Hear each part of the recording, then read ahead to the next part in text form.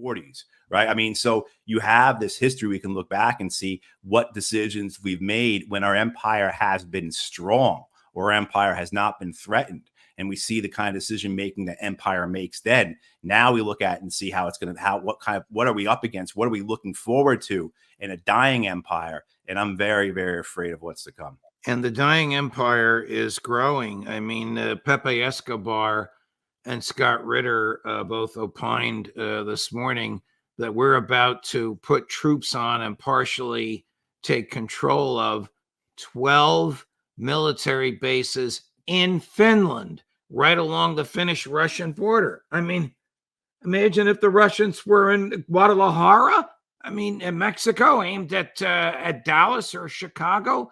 How would we expect them to react? How would we react? One of those bases is 20 miles from the Russian border. And I spoke with a friend of mine in Finland who lives not far from that border just about a week and a half ago.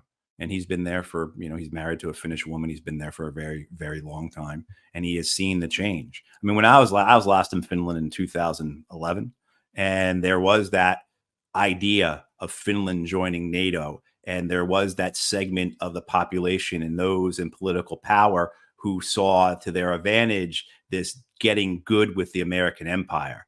But in the last several years, a fever has gripped that population there, that when Finland joined NATO, just as Sweden did, the support for them joining was nearly unanimous within their parliaments. I mean, there is a war fever, a dementia that has been stoked deliberately in these countries to cause people to lose sight of rationality, of reason, and to see a boogeyman on the other side of their border